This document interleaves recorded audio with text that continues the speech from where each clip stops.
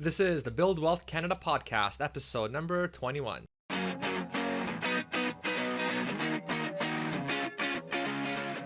Welcome to the Build Wealth Canada podcast, where it's all about becoming debt-free, accelerating your wealth, and taking control of your money.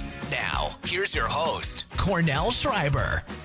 Hey, it's Cornell and welcome to the Build Wealth Canada show. Today I have author Valerie Rind on the show, and we're going to talk about how to avoid getting into difficult financial situations when it comes to friends and family. Now, Valerie has interviewed a ton of people who have actually gone through these types of problems in their lives for her book, and is going to share with us how we can avoid some of these catastrophic financial issues that can creep up when we're dealing with friends, family, and coworkers. Valerie is also giving away 2 copies of her book to Build Wealth Canada listeners, where she shares these stories and lessons learned. Her book is called Gold Diggers and Deadbeat Dads, and to win, just send me a question that you'd like answered on a future episode, or tell me of a guest that you'd like to have on the show, and you'll automatically be entered to win the prize. All right, you can get the show notes and my contact information to enter the draw by going to buildwealthcanada.ca/21. So just the number 21. All right, I'll see you over there, and now let's get into the show. All right, hey Valerie, welcome to the show. Thanks, Cornell. It's great to be here. So Valerie, you have a great book and you have a blog as well, and in it you basically bring in individuals who've had sort of really negative experiences when they've brought in when they basically mixed personal relationships with money. And sometimes these sort of incidents result in pretty sort of catastrophic financial losses for some people. Are there any sort of general best practices that you can share before we dive into more detail that we should basically strongly consider in our own sort of day-to-day lives to basically prevent some of these common mistakes that you see people make over and over again when it comes to mixing personal relationships with money? Sure. I think from the high level, you need to know that when you mix your personal and your financial relationships, that there's a completely different dynamic than if it was what they call an arm's length transaction, like borrowing money from a bank, and that there's a whole swirl of things going on under the surface that underpin your personal relationship, how you feel about this person, whether it's a sibling or a friend or a lover or a spouse. And that can tend to cloud your judgment or lead you to go down certain paths you might not otherwise go. Mm-hmm. Yeah, I can see how, like you said, the clouding of the judgment, how that's kind of the big thing, right? Because you could be a completely rational person at work, you could be very diligent in everything you do, but then if it's like a boyfriend, girlfriend, husband, wife, or like a really close friend, we sort of put that on the back burner, or it's easy to put that on the back burner and not really realize the catastrophic consequences it can actually have, right? Exactly. Yeah. So if we were to get a little bit age specific, I mean, I imagine that depending on what sort of life stage you're at, what age you're at, there's certain mistakes that you're more likely to make at that particular stage. So, let's start at the beginning. Let's say somebody is in their 20s or maybe early 30s. So they're sort of in that, maybe the beginning stages of their career or just kind of getting really well into their careers. What are some common mistakes or even scams that somebody sort of in that age group at that life stage should be especially careful about? Okay, well, the book shows you can make mistakes at any stage Right, of your life. right, yeah. And you're at the earlier stages, 20s, 30s, I think it'd be more in the lending, co-signing areas, Mm-hmm. because maybe you're at a stage where you don't have so much money, or the other person is kind of in between. And so it would tend to come up more likely. Somebody needs a loan here and there, or they can't afford the rent on an apartment all on its own. So they want you on the lease as well. It's interesting, though. I thought and still believe that the target audience for my book would be women 45 to 60, Mm-hmm. and some friends who are in their late 20s read it, and I thought they never would be interested in it. Okay. Instead, they said, we are scared to death. Look at all these things that could happen to us along the way. But you're right. Some things tend to come up more depending on the stage of life that you're at. Sure. And also, there's a sort of premarital pre-commitment chapter, and if people are looking to get heavily involved, living together, getting engaged, getting married in that time frame, those tips, pointers, and stories would resonate as well. Yeah. Yeah, because like, yeah, I definitely don't want it to come off that this episode's all about sort of these negative, horrible things and just to scare people and make everyone paranoid and anything like that. I think it's like I'm a very positive person, but I think we should still learn from others' mistakes because there are certain things that we could really easily do that can easily kind of save us a lot of grief later just by taking the right precautions now. So it's kind of, let's learn from others' mistakes and hopefully these things will never happen to us, but it doesn't hurt to be aware of them so that we can cover our bases accordingly, as opposed to, 10 years down the road, we're horrified because our credit's been ruined because, we've experienced some of these, we get suckered into some scam or someone close to us took advantage of us, then we never saw it coming. So, Right. yeah. And the book also it's not just doom and gloom because who wants to just read Right.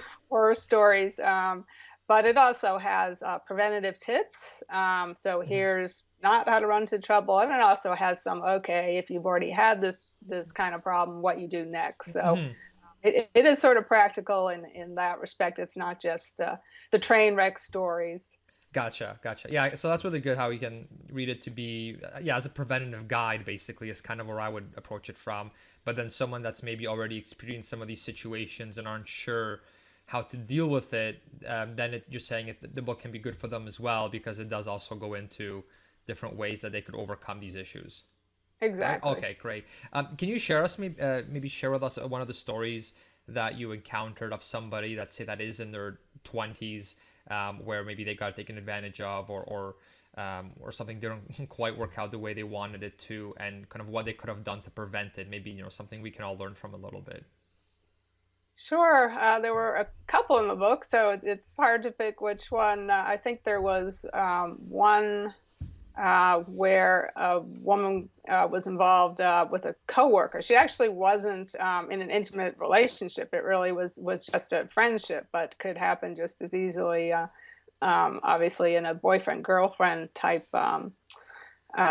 situation where he would ask to borrow money because he was a little short before payday, and it was no big deal. It was $20 here, 15 there. I mean, I think we've all been in that situation where we're a bit short, and it turned into a pattern with larger and larger amounts, and it led all the way up to, hey, I can't get a cell phone. Can you put mine on your account? Which should have been a red flag if somebody can't get a cell phone. Maybe Right. they're not in the best financial shape. So she just went ahead to sort of keep the peace, appease her friend. She also was, I don't know if she was his supervisor, but she was definitely in a supervisory role. So I think she wasn't used to sort of that dynamic, and she just kind of wanted to be the good boss or the friendly Okay. supervisor. So she went ahead and put his cell phone on her account, and he ran up all kinds of data charges, just totally blew it out of the water. Said he'd pay her back, didn't pay her back, wrecked her credit. She had to give up the phone, and it went on. It even went on from there. He wanted to rent a car, and she put it on her account, and he drove off, and it just kind of kept going on Mhm. and on. And it's easy, of course, for us to say, well, if she'd seen the warning signs in the first place, the borrowing the money, I think he paid her back with a starter check out of a new account, and the check bounced. So maybe if she had caught the early warning signs, she wouldn't have ended up losing her phone, her credit, and lots of money. Mhm. That's interesting. Yeah, and I can see how being a supervisor can really complicate matters a little bit too, right? Because you're supposed to be this sort of supportive figure as well, right? And so you're Exactly. kind of feeling that pressure to, okay, I want to make sure that, well, I don't know if she was, you said like you're not sure if she was his supervisor or not, but let's say she was. I mean, I can see that being, pretty difficult, right? Because you want them to succeed, you want them to be happy, you want their morale to be up, you want everything to be good with your fellow employees, especially the ones reporting to you, right? To keep the group dynamics positive, because it can really affect the work. And so yeah, so it can be really easy to just say, sure, it's no big deal, it's not, and then you're opening up yourself to all these possible difficulties down the road. All right, and she did find out later that he had been hitting up other coworkers and Oh people wow. for money also. Wow. So it Wow. definitely was a pattern. Wow. Yeah, that's pretty bad. Now, what about somebody that's maybe a little bit older, maybe let's say middle age, so maybe someone that already, let's say, has children, they've been in their careers for a while, they have a mortgage, they're probably making, a bit more money now than they, or possibly a lot more money than they were when they first, graduated, let's say. So I think I would imagine at that stage they're more susceptible to things like different investment scams and like larger loan amounts, I would think as well. Are there any sort of particular challenges or things that somebody in that life stage should be careful about? Well, I think at that life stage, a lot of what you're running into is divorce and second or third marriages. Oh, okay. So not even just at the stage where people have been married over a period of time, but when you start mixing and matching people's finances, then you've uncovered, a whole other Oh, world okay. of possible complications because people bring to a relationship their past baggage, which is assets as well as debts, and their Hmm. way of dealing with their finances. So when you start out in your 20s, maybe you start out kind of more on equal footing. Let's say you both have nothing but student debt. Few years down the track, and things are quite a bit more complicated and require you to take a closer look of what you're getting into. Hmm. Okay. Yeah, so I can see a common mistake being that when you're younger, it's a bit easier, right? Because it could just be a coworker asking you to borrow $50 or $100 or a couple $100. You kind of get more into those situations. Whereas as you get older, you've both been now accumulating assets for for quite some time. Could be 10 years now, let's say, that you've been accumulating assets for, or debt, right? It could go either way. And so it's a bit more complicated, and the stakes are a lot higher. So I guess a good tip there, I would think, would be to realize that the stakes have now gotten higher, and so you can just kind of approach it with as casual it's such a casual way that you might have when you were younger, when it's like, oh, it's $50, he's my best friend, whatever, as opposed to, okay, well, now we're talking about really large sums of money.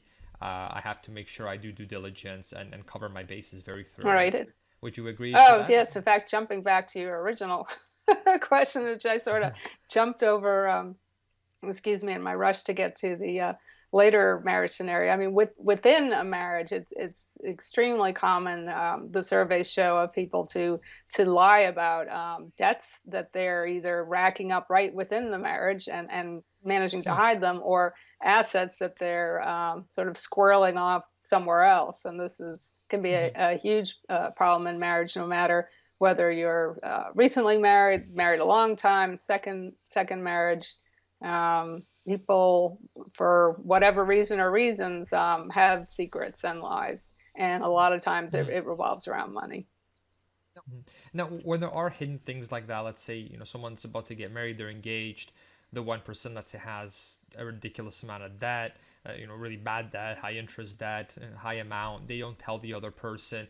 Do you think that that's a lot of times just that's intentional, that they don't want to tell this person, they just, because they're like, they're just not good people, let's say? Or do you think it's just, what, they're maybe just embarrassed about it, and they don't really, they want to fix that, but they don't want to talk about it to this person until kind of it gets fixed, because it's something that they're all probably not very proud of either?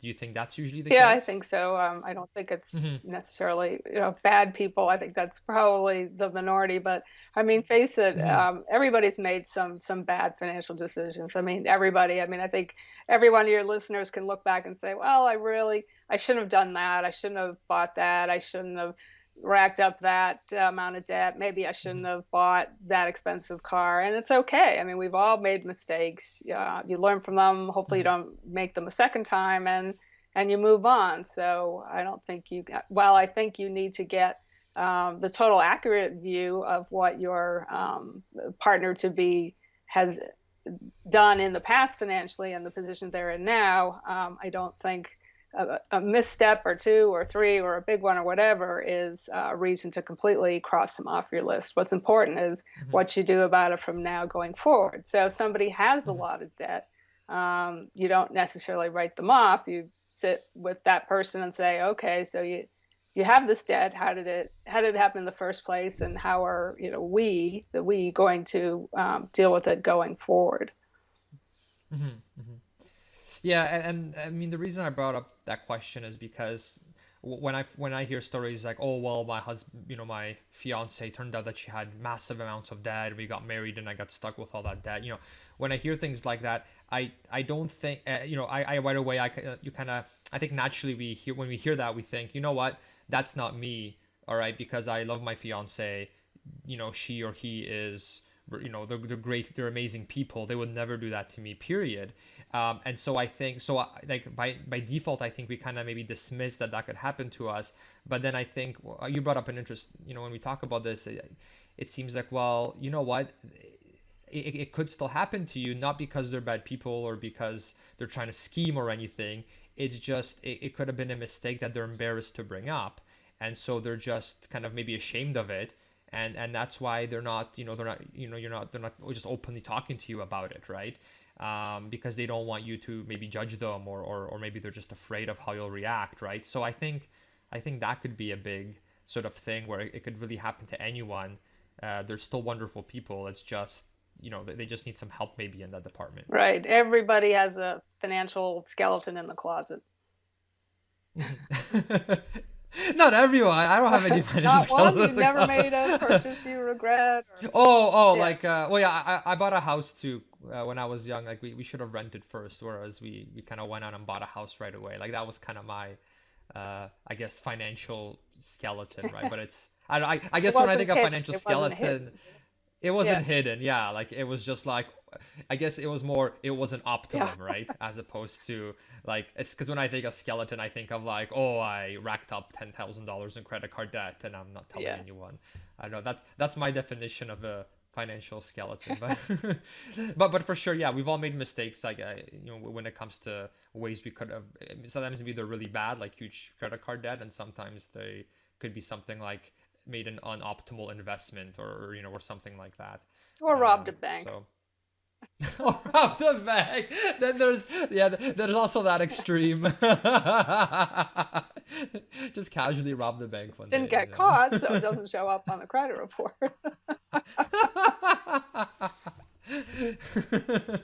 Yeah.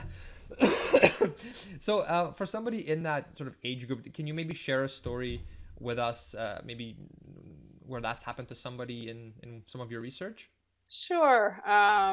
And you call it research. Or interviews, I Yeah, guess. I know. I mean, it is Yeah. research, but I mean, the people that I spoke with, I met with personally or on the phone, and got their whole story. So in a sense, it's research, and in a sense, it's just hanging out and talking with people. But it was for the purpose of the book and the blog. Hmm. So let's see, there was one story where they were engaged, and the fiance moved in and didn't disclose that she had all this debt. I think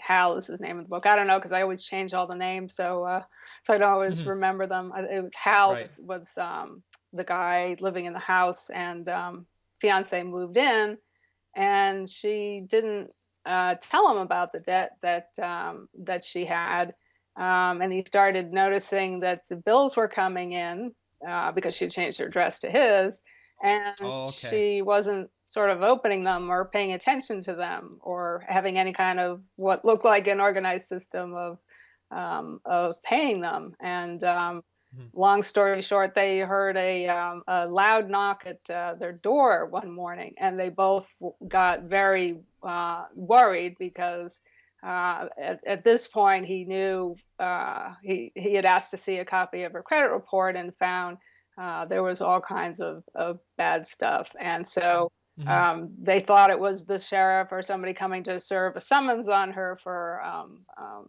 a default judgment.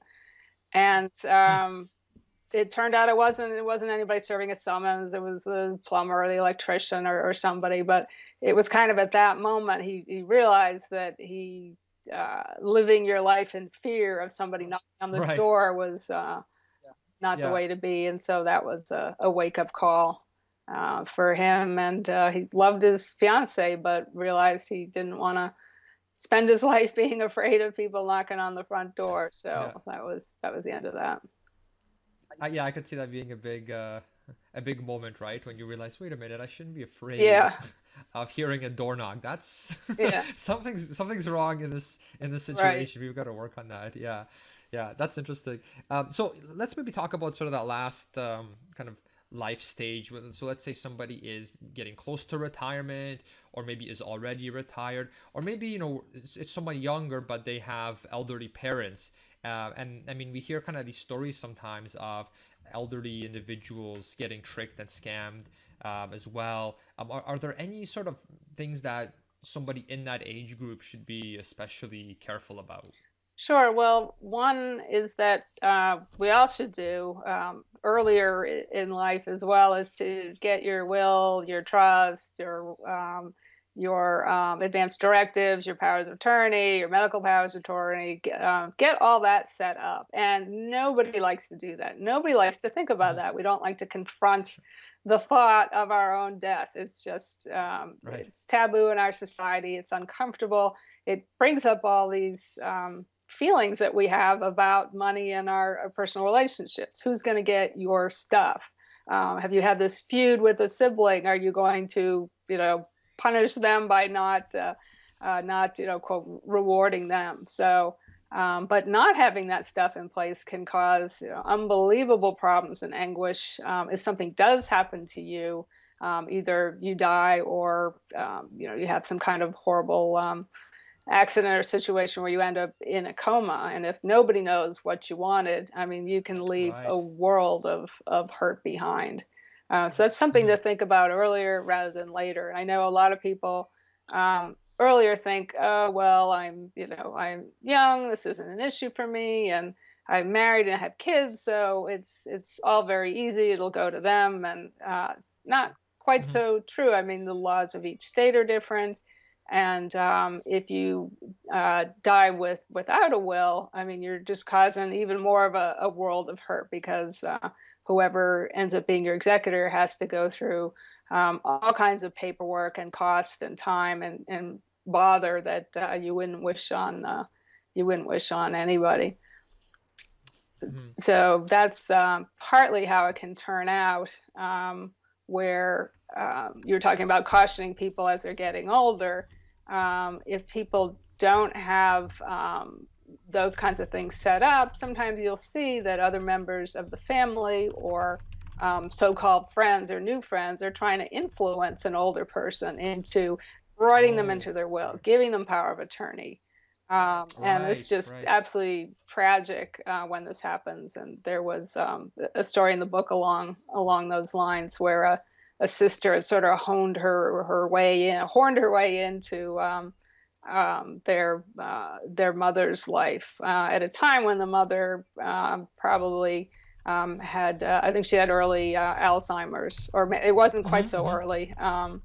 And I think things turned out other than how the mother would have wanted them to, and it's just Yeah. tragic because it was in a lot of sense already too late, and you're at Hmm. a point where who could say what the mother wanted? Maybe she did favor the daughter and wanted her to have power of attorney, or Hmm. at the other end of the spectrum, no, she wouldn't have wanted that at all. But the point is, nobody knows because there was no will, there was no power of attorney, Right. and caused a world of hurt in that family.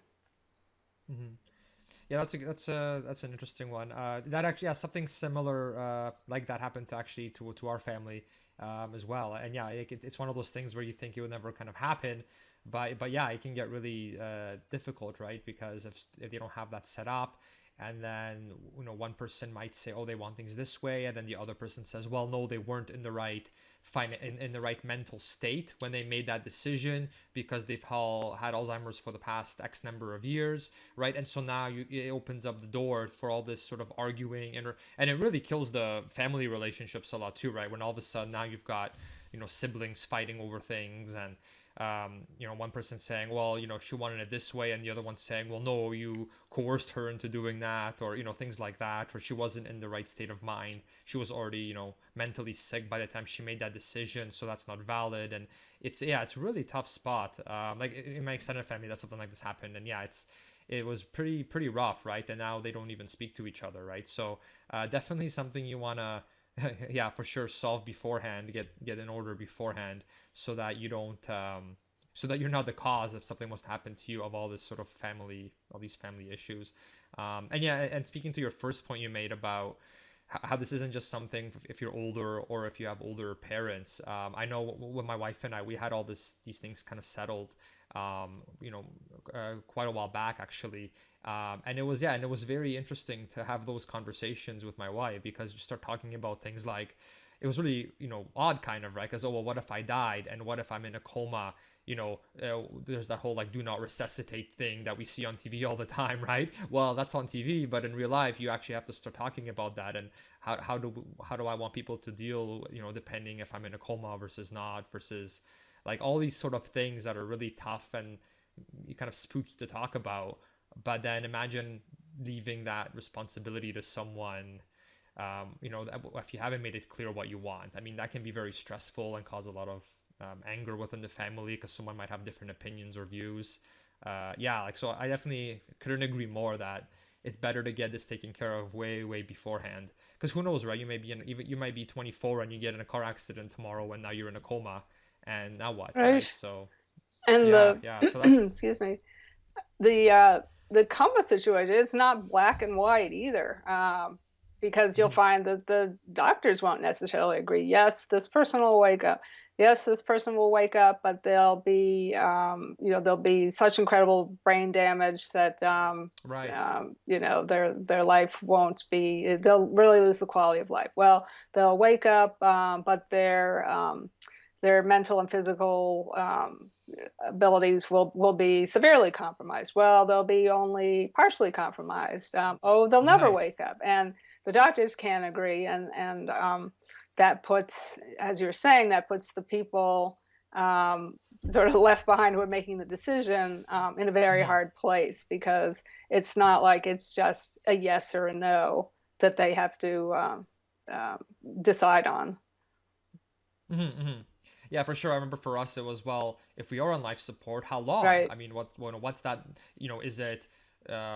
Is there a specific time? Like, is it 10 years? Is it forever? Is it a month? Like, how, those things, or are there different variables that would affect that, right? Like you said, like, are they going to be brain dead if they come out of it? Are they going to be fully functional? Are they going to be partially? There's all these sort of different variations that you have to talk about, which obviously it's really easy to procrastinate and not do that, Right. because it's difficult, right? But it's definitely pretty important. So I'm really glad you brought that Well, up. Cornell, it sounds like you have a story, and I am writing a sequel. So if if you'd like to be part of my research pool for the next one, seriously, I changed names and situations and all, but it goes to show that in the book there's kind of something for everyone if you really stop and think about it, from the lending money to the person, dear one being in a coma or having dementia and not being able to express themselves. Yeah, no, for sure. If I'll definitely be up for that. If you're writing a sequel and you want something, yeah, we definitely learned, like I said, it didn't happen to me directly. It's not like what happened to my brother or anything, but it did happen to somebody within my family. Let's just say that. So I definitely got to experience as a kind of like a third party, from the sidelines, seeing kind of all the drama and difficulties and stress and money that kind of went through that, and the relationships ruined. And it's pretty sad, because like you could see siblings So like, I mean, like I have a good relationship with my brother, and I mean, imagine like that getting torn apart because of something like that. Like it would just be horrible. So for sure, like you want to make sure that you don't let it ever fall in that situation. And I think too, like an interesting point is that like we're talking about how difficult it would be for a person to decide what to do with you if, let's say, you were in a coma. And if you think about it from their perspective, I mean, they're already stressed out, right? I mean, at that point, they don't know if you're gonna live. They're obviously you're dear to them, so they're already, in really bad emotional shape right now because they're trying to process what just happened to you. So when they're in that state, do you really want to say, oh, by the way, now you should decide what I would want to be done with me? Yeah. Like now that you're in like the worst shape of your life, mentally probably, I want you to make this crazy important decision, and I trust you'll make the right decision. I mean, that's a lot to ask of someone. Like I would never wish that on someone that's close to me, right? And then the rest of their life they could be wondering, like, oh, did I make the right decision? Maybe they wanted something different, right? And that could really, like, I could see that really tearing someone up inside if they're, if let's say, they made a certain decision, and now they might be regretting it for the rest of their life. Like, I mean, that would be Oh, horrible. can't So imagine. But it does yeah, force you into having the conversations now with, as you said, yeah, your yeah. wife and family, so you can say, look what happened there. If the situation in my case were the same, here is what I want you to do. And if something like that happened, it's not going to be the identical situation, but at least they have some idea of your spiritual or your religious or your practical or your financial, just Right. where you stand somewhere on the spectrum if something like that happened. Oh, for sure, for sure. Like you said, it might be hard to cover every single angle, but at least you'll give them something where they can make an educated decision and not fear for the rest of their lives that they made the wrong one and now they're living in regret. I mean, that would be a horrible way to put that on someone that you Of care about, course. or to put on anyone. Yeah. Yeah. Yeah, yeah. So, all right, we gotta turn this positive somehow because we're talking about these worst I case know. scenarios now. I do inject a bit of humor into the book. It's just sort of my own brand of humor. Yeah, Just that's good. We need some comic relief yeah. when we Oh, talk there about is. subjects like Yeah. this. Yeah, we're talking about comas Yeah. and these depressing There is things. there is a Yeah, lighter side in there. yeah, yeah. Whew. All right, all right. I gotta try to. So, my next question won't be as doom and gloom. So let's say that. And then, so the next questions I have are kind of how to deal if you're put into certain situations. So for example, let's say that you're with someone that maybe a good friend or family member, and they ask you to co-sign something. So whether it's for a mortgage or for a car loan or something like that, how would you recommend dealing with that? What are the implications? And let's say that, and kind of the big one too is, let's say I don't want to, someone, you don't want to lend that person, or you don't want to co-sign for that. Well, how do you talk to them about it so that it doesn't hurt the relationship and it doesn't make the relationship awkward? Because that's such a delicate conversation to have, right? Yeah, you're right. That is a hard one, whether it's a friend or a family member, because there would be a certain amount of pressure involved, right? Because they Right. want something for whatever reason, whether it's a car or business loan, whatever it is, and presumably this is somebody you like, you love, you want to help out, but in the devil on your shoulder is saying, "Oh, this is not going to end well." Because you have to Hmm. start with the basic premise that this person needs a cosigner because the bank has said no, we don't trust her alone to pay it back, and the bank is Right. completely third party, doesn't know this person, doesn't care they're a nice person. They've just crunched the numbers and said, okay, based on her credit history, her age, what she wants the loan for, not a good risk. Now, Hmm. the numbers aren't always exactly right. I mean, because they're taking it as a percentage of risk. Okay, 90% says she's going to default on it. Well, she could be the 10%, right? So the Right. bank has made its decision. It wants somebody else on the hook. And so she turns to you.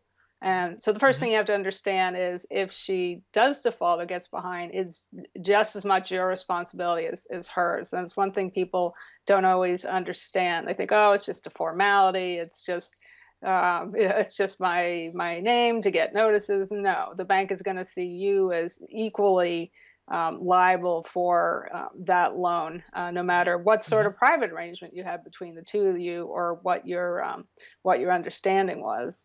And in terms of how you approach that, yeah, that is difficult. And one thing you can do is, I think, instead of just saying no, if you come to the decision this is not a risk you want to take, because by the way, it also affects your own credit. Even if she pays on time every time, it's a debt on your credit report. So it might keep you from perhaps getting credit Oh, on your own. that's a If good there's point. this 20 or 30 or whatever $1,000 it is, it lowers your Right. ability to say go out and get a mortgage. But what you could, That's a great yeah, but point. what you could do is suggest alternatives.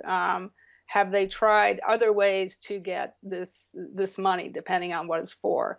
Have they, if they owe money to somebody else or something else or a doctor or whatever, have they tried bargaining, negotiating for a lower, excuse me, a lower amount, excuse me again, to be due in the first place? Because you just sort of assume that you start out with this amount you owe. Have you tried asking for that debt to be reduced? And there's kind of a whole lot of other things that go along with that that could have tax implications, but just start out with that.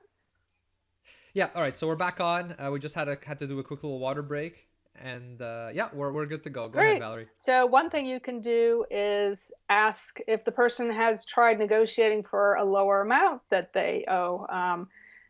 Do they owe a doctor or whoever it is that they owe? That's kind of step one, is instead of just assuming the amount that they owe that they need a co-signature on, um, can they argue for a smaller amount? Or maybe they don't need as much as they think they need if they're getting a business loan. Can they Mm-hmm. make it a smaller amount? Mm-hmm. Also, crowdfunding is now a new option that's become popular in the last few years, Right. where you ask friends, family, strangers to help fund your project or your debt, whatever it is. There's also peer-to-peer lending. Mm-hmm. There's all kinds of other options you can put to them and say, have you considered trying this instead of or along with co-signing a Mm-hmm. smaller loan? So that way you're not just saying no. I mean, they might still get annoyed that they came to you and they wanted this and you didn't say yes, but Right. Right. And now you're making it more difficult for yeah, them. oh no, now I have to do, Yeah, you're supposed to be a friend. right, You're not. now You're not supposed to I make gotta do a it. Kickstarter campaign. Now I have to go Yeah, research places. now I gotta Yeah. go ask other people. Thanks a lot. But Yeah. you gotta look on your look out for yourself as well as trying to help your friend, Hmm. family member. Yeah. That's a great tip. Yeah. So because I can see that being a reasonable thing if someone asks you for that let's say co-sign something and you say look like first off like let's look at these other options because doing this is really going to stress me out. You could say that because now I'm responsible for that and it's something I don't have any control over, like once it goes into place, so that's going to stress me out. And two, there are all these other options that I would rather like you go first before we consider this route. And then you can mention all those suggestions like you just said, like the like the crowdfunding, the peer-to-peer lending, that kind of stuff. And then I guess the third thing is you can say, like you mentioned, about how look, this is actually going to go on my credit as report as well, and so this could impact my ability to borrow money as well. So for example, we want to buy a house soon or something like that, that might actually hurt it. And so I don't, so I wouldn't want to expose myself to that situation when you could easily go and get money from these other sources where there wouldn't be any negative impact on both of us. So I think if you approach it that way, it sounds a lot more reasonable. Like they're still not going to be as happy as if you just said yes right away, no questions asked. But I mean, but I think those are some really, that kind of gives you ammunition to give them a response that is reasonable and still helpful to them without just a flat out Right. rejection, you know. Yeah, so I think that could be a good way to do it if you don't want to, like, if you want to do it gently and don't want to hurt the relationship. And if they're really good friends of yours anyway, they shouldn't write you off now because you said no. I mean, you know, they should consider it from your angle too, right? If they care about you, then it shouldn't be like, well, if you're my friend, you should let me this, and if you're not, then clearly you're not, Yeah. right? Then that's kind of a flag that maybe they're not as good of friends as you thought it That's would be. exactly right. In Um, fact, I just someone just shared with me their story along those lines. I won't go into all mhm, the detail. It'll be in the sequel and on the blog pretty soon. But it was family members wanted a wasn't a co-signing, but the exact particulars don't really matter. But the bottom line was when the couple didn't go along with whatever it was, the brother and sister-in-law just threw up their hands and said, you know, we're done with you.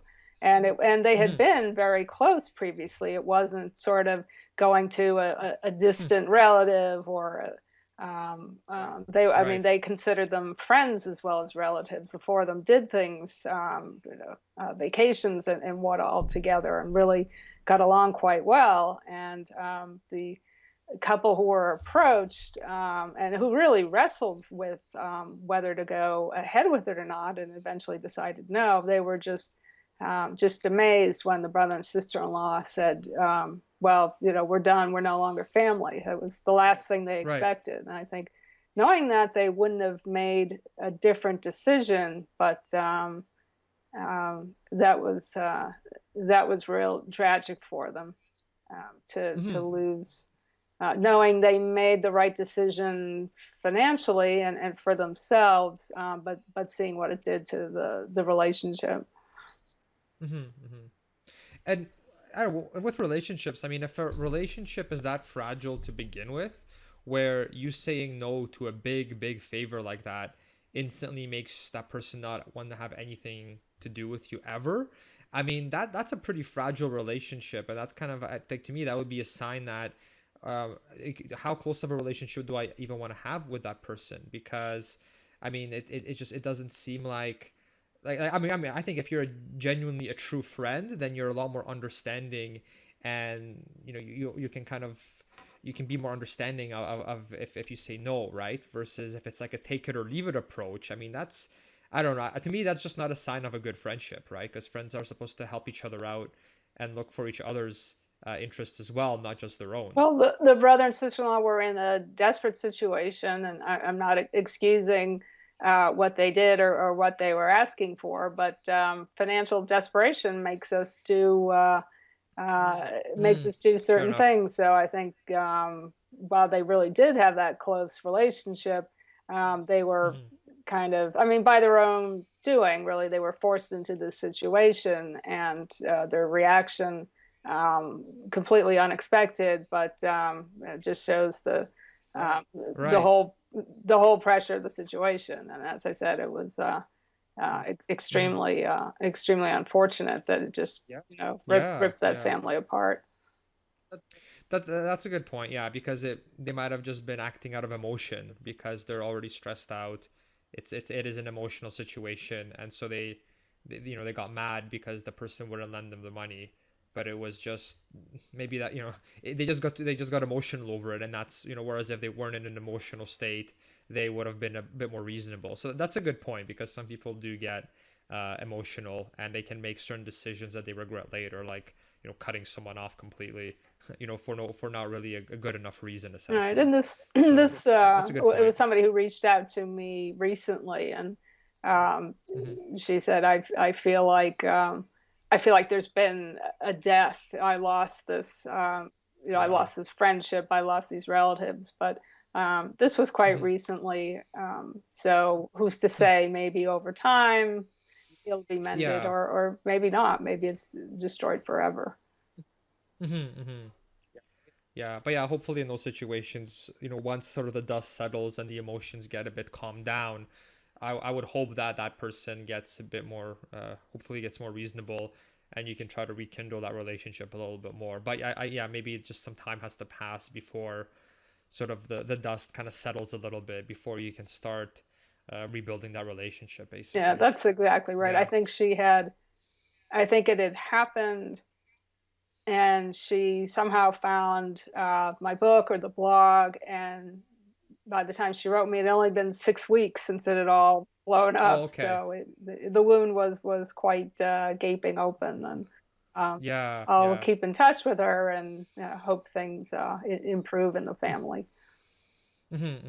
For sure, because I'm sure we all know people that, I mean, we all know people that are highly emotional, and or it's easy for them to get in this really heightened emotional state, and then there's others who are uh, a bit more robotic, I guess you could call it, like me. So so for those that are a bit more on the kind of emotional side, I mean, I've I know quite a few people that are like that too, and yeah, I can see how they can really get upset over something very quickly. But I guess I kind of hope that down the road the dust they calm down, the dust settles, and they're able to start kind of rebuilding, and they see kind of they may not ever say they were wrong or anything like that, but at least they become more open to kind of let bygones be bygones, basically, right? Because now they've had time to calm down, they've had time to deal with the situation. Like you said, the wound isn't as fresh at that point either, right? So it's okay. So, But I really, oh, sorry, sorry. go ahead. So you were acting robotic when you realized you'd bought more house than you could afford. Oh no, I never bought more house than I could Yeah. afford. You should have I rented just should have instead. I should have Yeah. rent. Yeah, like my issue, like we bought a house and it was fine, like it was very reasonable. The thing is that we ended up moving after a year, because for a bunch of reasons. Like we found out that we actually liked our hometown better. We wanted to live there. Our family or was there, our friends are there. So that was kind of the whole reasoning for that.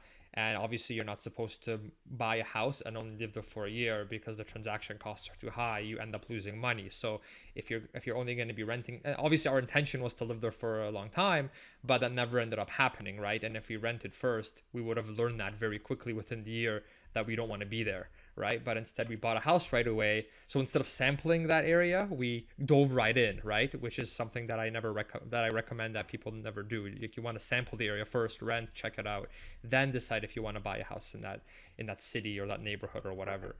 But anyways, it's kind of I digress. But that was Well, kind I of digress. that was my And I wasn't trying to that, point the finger at you and say, well, you made bad emotional decisions too. So forgive me yeah, if it I was. overstepped there. No, it's okay. It's okay. No, it wasn't an emotional decision. It was a factual one, and I didn't consider all the. I mean, I was young back then too, right? So I kind of had that mentality of, oh well, the renting is just putting money down the drain, Right. right? It's a waste. It's never a good idea. Buy a house right away if you can afford it. So that's kind of, there's a few reasons I thought like that as a kid, or like not a kid, but like a recent grad. But now that I'm kind of older and know more things, it's you kind of realize that you actually did make a mistake, right? As opposed to following that conventional wisdom about how you should always buy a house because renting is a waste of money. That's not necessarily always the answer. So anyways, all right.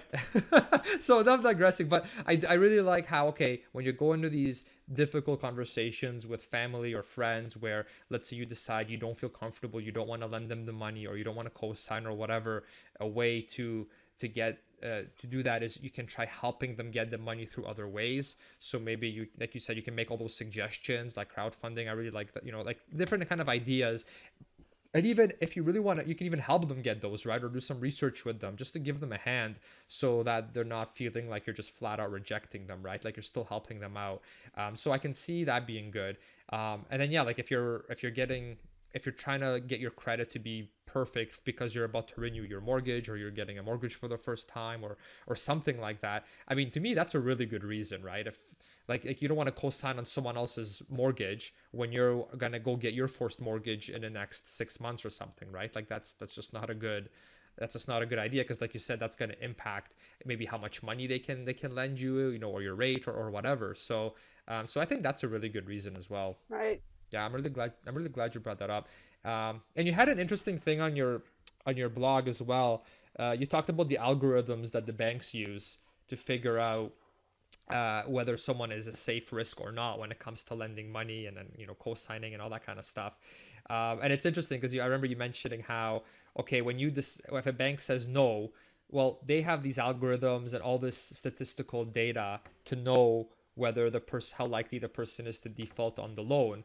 And when you're saying I'm going to co-sign that, for example, or I'm going to lend the money even though the bank will lend you money, then you're kind of saying, well, I know better than the bank in terms of how risky this person is. And you know what? Maybe you do know a bit better because, like, an argument could be made that you do know a bit better because maybe you've known the person your whole life, right? And maybe that's a bit different.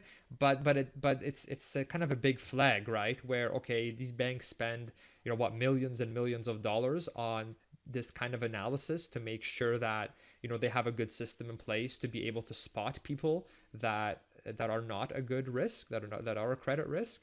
And you're saying, forget that system, I don't care, I'm going to lend you the money anyway. I mean, that's kind of a scary thing to do, right? So I think that's a good question to ask yourself is, am I better than these algorithms? Are you sure? How well do I really know this person, right? If you've known them for 2 months, then I'm pretty sure the algorithm is better. Right. So anyways, that was kind of my take on it. So the things you said about co-signing, I guess a lot of them can be applied to loans as well. Just general, if someone asks you for a loan, these are the same sort of advice that you can give them. Are there anything else, like some differences if someone asks you to borrow money, if you can lend them money, is there anything that you would recommend in that particular situation? Tell them to ask someone else. Yeah, yeah. I know on your blog you mentioned collateral, which I thought was interesting. I haven't heard that before about, because banks like to have collateral, but when we talk about like you pretty much have to put it up if you're like if you have a home equity line of credit, you're putting up your home as collateral basically, right? But we never really, at least I don't think people generally think too much about collateral when it comes to lending money to a friend or a coworker or whatever. Can you maybe talk about kind of what your take is on the whole, like, I guess what it is and your take on collateral when it comes to lending money? Sure.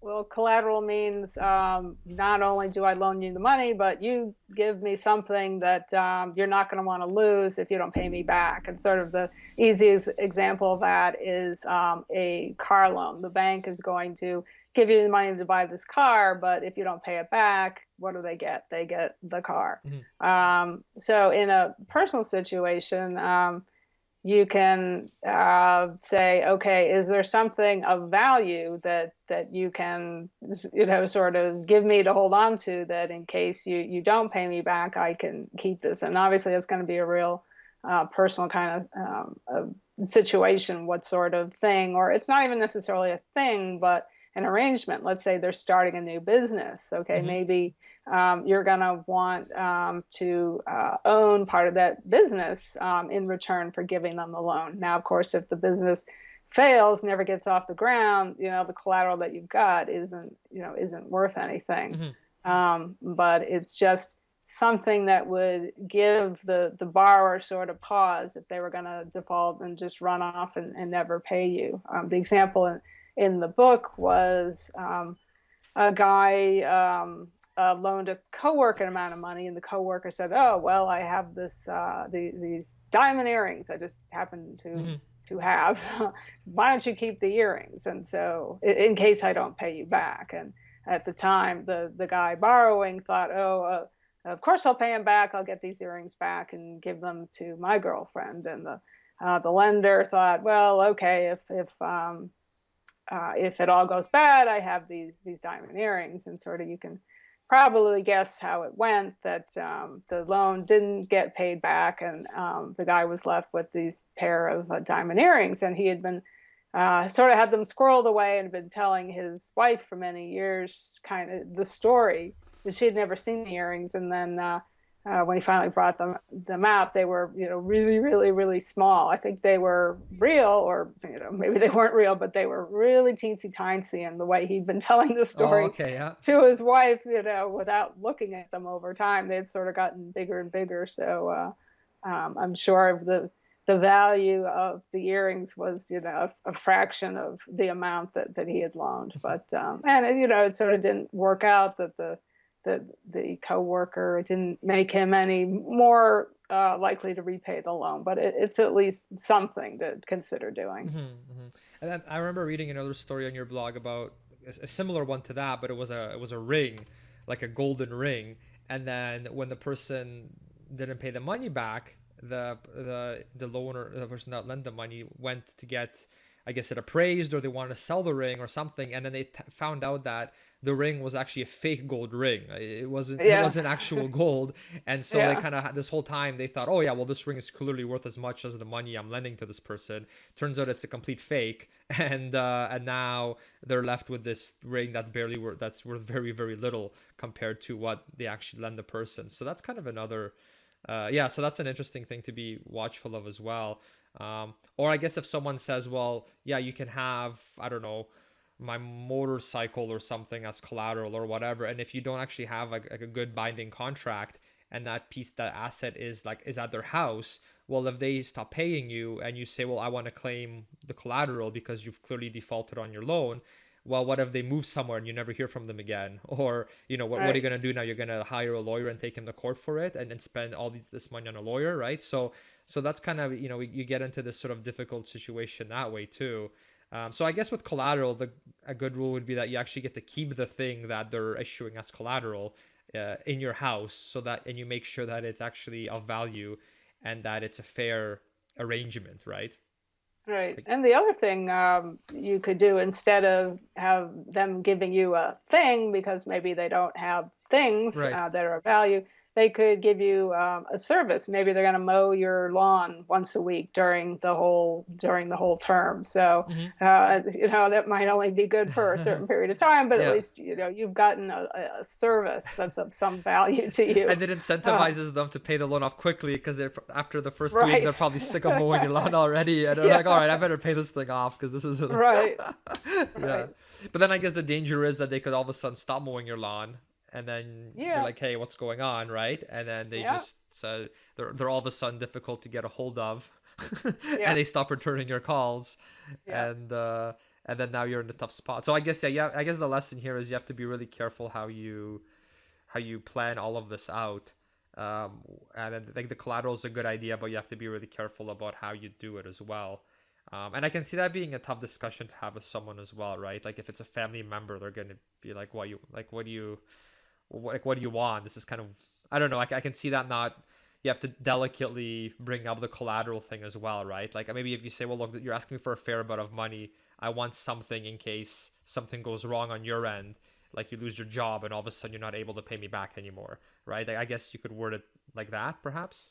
I don't know. Right. Yeah. Or maybe in the lawn mowing thing, instead of saying, well, this is collateral, saying, okay, well, we're making a trade here. I'm giving you the money, but also you're giving me something in return in addition to the money. So that might kind of help soften it. Interesting. Yeah. Yeah, and shovel the snow in the winter. Yeah. If you live in a climate where both services are necessary. Yeah. And you know what? That's an interesting point. I mean, you brought up the whole lawn mowing thing. Well, yeah, maybe if you want the person to do something like that, then maybe you just hire them, right, as a contractor. So instead of you lending them the money and having that service as kind of a collateral, sort of like a variation of collateral, instead you say, look, I'll hire you and I'll like pay you whatever. So they mow your lawn and then you pay them, and the next week they mow your lawn and you pay them, and so you're basically giving them like a mini job to give them the money. Like I could see this being good maybe if you have like, let's say you have a younger sibling that needs money, right? And they're maybe they're having trouble getting a job, or they want to earn some extra money on the side. Well, you can basically get them to do these things if they want, and you basically pay them for it. And so it's kind of a variation as opposed to going and doing that whole loan approach, right? Right. Yeah. Right. So that might work. I could see that being something worth considering, perhaps. Okay, no, that sounds good. Now we hear stories too about couples getting married, and then one of the partners finds out later that one of them is actually in very severe debt, So before you get, and then, now they have to deal with it, and now, it becomes this whole issue in the marriage right from the get-go. Like, they just got married, they're supposed to be in their honeymoon phase, but all of a sudden that's kind of getting ruined because there's all these bills piling up, and this person feels like they've been, like they should have known about this before getting married. So how do you approach that subject with your loved one before you get engaged or married? Because it's a pretty delicate subject, right? Right, it is. And it's one of the things you're going to have discuss money. One of the things you're going to have discussions about during your entire marriage or partnership or relationship. So Mm-hmm. you have to be able to talk about it before if you're going to talk about it after. So Right. in the book, I actually have paid, I don't know, this is like 5 pages of questions that you should ask. And I don't say that like you sit down and go through everyone all in the same session. You like you put the light in their face, Yeah, like the yeah, interrogation, the dark yeah, room, like this, the CIA right. interrogation. Yeah, really. Make it extra Do you owe dramatic. child support? Do you owe alimony? Are you paying it? How So about nothing that like extra? that. Maybe something No, no. on the backyard with a cocktail or something, and then you Yeah, bring it yeah, up. yeah. And I, and I think from a sort of robotic approach, as you were saying, you start off with the credit reports, and you have to share yours too. It's a two-way street. Hmm. Because the credit report is going to show a lot of information. It's going to show the outstanding debt and the payment history. Hmm. There's a lot of things that it doesn't show, but at least it's kind of one way to start out because you can't hide anything in there. And Right. unless there's some kind of mistakes, it gives you the picture. Hmm. But there's a whole lot of other questions, and some of them aren't the pointing the finger. Why did you do this? Why didn't you pay your bills on time? Why do you have all this debt? Kind of questions, but they're sort of more about attitudes. So yeah, have a few glasses of wine and say, so what were your in your upbringing? What were the messages about money that you got growing up? Did your family have a lot? Did they have not so much? How was money discussed and treated? Was it something that was important above all else? Or did you Hmm. grow up in a way that material things were not so important? Was not Hmm. openly, or was it a hush hush thing? Do you know how much your parents earned Hmm. as a salary? So there's a whole, because how we felt about money growing up, I think, really shapes how we feel about it in the future. And it's not necessarily that Yeah. it's going to how it was dealt with when you were growing up is how you're going to deal with it as an adult, because it could actually be the opposite. But it's a good place to start is knowing where someone's coming from. And my one of my Hmm. sort of favorite examples in the book was a TV ad I saw a long time ago where um, a man had just bought a house, his first house, and he opened up the front door, and his attitude was, Dad, it's my house now. I can let all the heat out the front door if I want. So because Oh, his okay. father always said, don't leave the front door Yeah. open, the heat will get out, which is Yeah. reasonable and all, but it was sort of his way of saying, I can do what I want now. I can pay the heating bill. I can let all the heat out the front door if I want to. So, Yeah. Yeah. Yeah. And you know what? And that's kind of a conversation that you should probably have anyway if you're ever thinking of having kids as well, right? Because instead of just kind of out of the blue all of a sudden asking them about, like, let's say you're engaged, right, and you're about to get married, then you should probably talk about kids at that point too, right? And how you would see raising them, and how you'd like to do things, or if you even want kids at all. But I mean, when you're having that conversation, that's probably, I would think, a good time to bring up some of those questions, right? Because it's like, well, how are you, what are your attitudes on money, just so that when we're raising our child, we are sort of saying, we're on board, we're on the same page, as opposed to you saying one thing, me saying another. How do you see that? So I could see that being kind of like a gentle way to approach the subject, to get your partner's perspective on money and kind of their money mindset, without making it sound like some aggressive, confrontational, CIA interrogation kind of thing, right? And it's not like you're Yeah. not like tricking them in time of the conversation. Like you genuinely do want to know this because you do want to make sure you're on board with children, right? Like, how do you feel about that? Like, I would want to know how my wife feels about that, so that when my daughter, when she's older, asks about that, she gets the right answer, right? Or is fully aware. So I think that's kind of a good conversation to have anyway, right? Regarding children and things of that nature. Or like, look, we're going to be sharing our finances anyway, so like maybe we should figure out our attitudes about money and how we feel about that, just so that we, just as a preventive measure, so we don't get into like arguments later as we get older, as we're married. So I think that's kind of a good way of approaching it too, right? As like if you explain it as that it's a preventative thing, as opposed to just, look, I don't trust you. Yeah. Let's go over your credit report in extreme detail. Right. Yeah. No, that's absolutely critical. And I think you had to have had those conversations before you got engaged, Yeah. because you do need to know where somebody wants to go in life. Do Hmm. they do want to have kids? And it's intertwined with money. You have to think about everything from, well, are we going to give allowances to our kids? Right. Right. And the other end, are we going to want to send them to college? Are they going to Yeah. Yeah. are they going to go to a state school? Are they going to go? Are we going to pay for a private? Are we going to pay for it? Are we going to take out loans? Are they going to take Hmm. out loans? But you got to keep in mind that you have to be flexible, because if you have young kids, you're talking about something that could be 15, 20 years down the track. And Hmm. who knows what higher education is going to look like Right. at that point. I know somebody who just had their first baby, and he's freaking out because he's done the calculations, and it's going to cost. He's saying it's going to cost $600,000 Oh.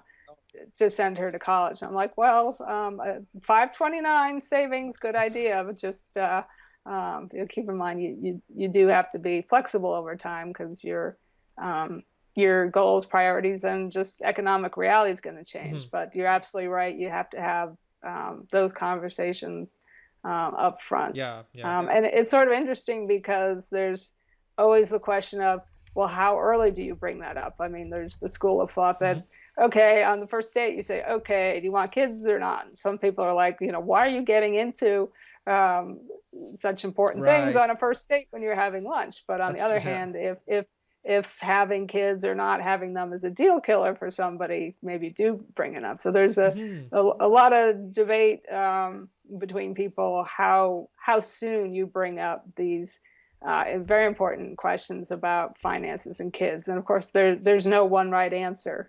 There's no, okay, at the 1 month mark you Right. ask X. You just sort of have to figure it out as you go along, but not wait till too late. Yeah. Yeah. For sure. For sure. And you know what? The other thing too is that when you mentioned the credit report and pulling it for the both of you, that's something that you should be doing annually anyway as a best practice. I don't know about, because you're in the US, but I know here in Canada you're able to pull it for free once a year, just to see if everything is correct, right? And you're, as a kind of personal finance best practice, you're supposed to do that just to make sure that something isn't on there that shouldn't be on there, right? Because that can affect your credit rating and all that. So that's kind of another thing. Is that with your partner you could say, well, look, I want to start pulling our credit reports annually just to make sure that there are no sort of blemishes on there that are wrong, because you hear all the time about there being sort of mistakes on the credit report, and then you have to get them resolved. So that's kind of another way of kind of getting, I guess, to your partner's credit report, because you're sort of doing this annual audit anyway. And since you're doing it anyway, you'll see also if they do have some sort of massive debt or any sort of issues that you should be aware of. So you kind of get that information now as a byproduct of basically just following a best practice when it comes to credit and then credit reports. Right. And in the US, there's three credit bureaus, so you can sort of stagger them. You don't have to get all three Hmm. once a year. You can get one and then get the other one 3 months later. And, so you're on a cycle. So you can get you can get the information more frequently than once a year. Hmm. But, you're right. That's a part of your checks and balances. Exactly, right. Like you do your taxes once a year, and once a year, you should also be pulling your credit report, for, and even if you're by yourself, right, you should still be pulling it just for that reason alone, to check it. So, and then, yeah, you mentioned the whole, we're talking about before getting married and sort of asking these questions and getting into these conversations. One thing that worked out really well for us is we actually did a marriage kind of counseling sort of thing before we even got married, just to, it was almost like a marriage prep. Actually, it was a marriage prep course is what it was.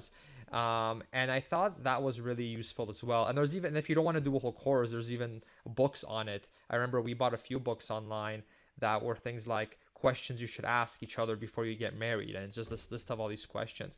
And I thought that was really neat. Like, it worked out really well, right? Because it's hard to know everything you should ask your partner before you get married.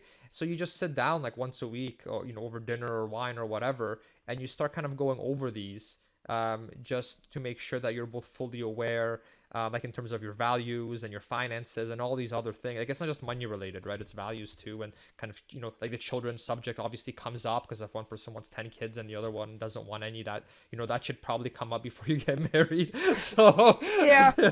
Minor detail. So, yeah. Yeah. So, right. So, I mean, for anybody that's kind of in that boat, I'd recommend, doing that. And if you don't want to do a whole course, there's even a test that we actually did too. It was kind of neat. It was like an actual test where you each fill out this questionnaire individually, and then they sort of tabulate the results, and then they tell you, well, like, I guess you swap, but then they also had like they would flag certain things that we should definitely discuss because there is a big mismatch there. So it's kind of it was a way to prioritize things that might become issues in the future, that are kind of like taking time bombs that, like, look, you should really discuss these now because it's going to only get harder later. So that's kind of another thing, I think, and obviously finances is a big part of that. So that's kind of another way that you can prepare. So Yeah, that sounds like a terrific method. yeah. So I know worked out well for us. We're still happily married. So How many years now? over 5 years now. Oh, that's Yeah, great. yeah. That's great. Yeah, so it's good. And then yeah, we just had our first baby as well. So Oh, yeah, I congrats. think she's pretty awesome. Yeah. She's walking now, so it's really like she's getting into walking, which is really fun. But Yeah. anyways, I don't want to be one of those people that talk about their kids all the time. So I won't Okay. digress in that area unless we have some But baby episode down the road about how to raise financially smart kids or something like that. yeah, that's a whole other topic, Exactly, right? exactly. So that's something that I'll be learning about in the future for sure. So that's all the questions that I had. Thanks so much for sharing your experience and some of the interviews you've had with different people. Can you tell us a little bit more about your book? I'm excited to hear that you have a sequel coming out as well. I know your first book's done really well, so I'm not surprised you're doing a sequel. Yeah, it's awesome. I think it's a really good thing to read as like a preventive guide, to make sure that we don't make some catastrophic mistakes. And like you said, if you did fall into one of these mistakes, it can help you sort of work your way out of them as well, based on some of these lessons that others have learned. So yeah, maybe tell us a bit more about your book, and then also your site. Okay. Well, the book is Gold Diggers and Deadbeats Dads: True Stories of Friends, Family, and Financial Ruin. It's the cradle to grave approach, as I said, for people in their 20s through the elderly, all the kinds of things that could come up during your life. It's based on true stories of people who've shared their stories with me. And it's available Amazon, Barnes and Noble, for Nook, all the usual outlets. I wrote it thinking, okay, I'll write this, I'll get it done, I'll go on and learn how to play guitar or something.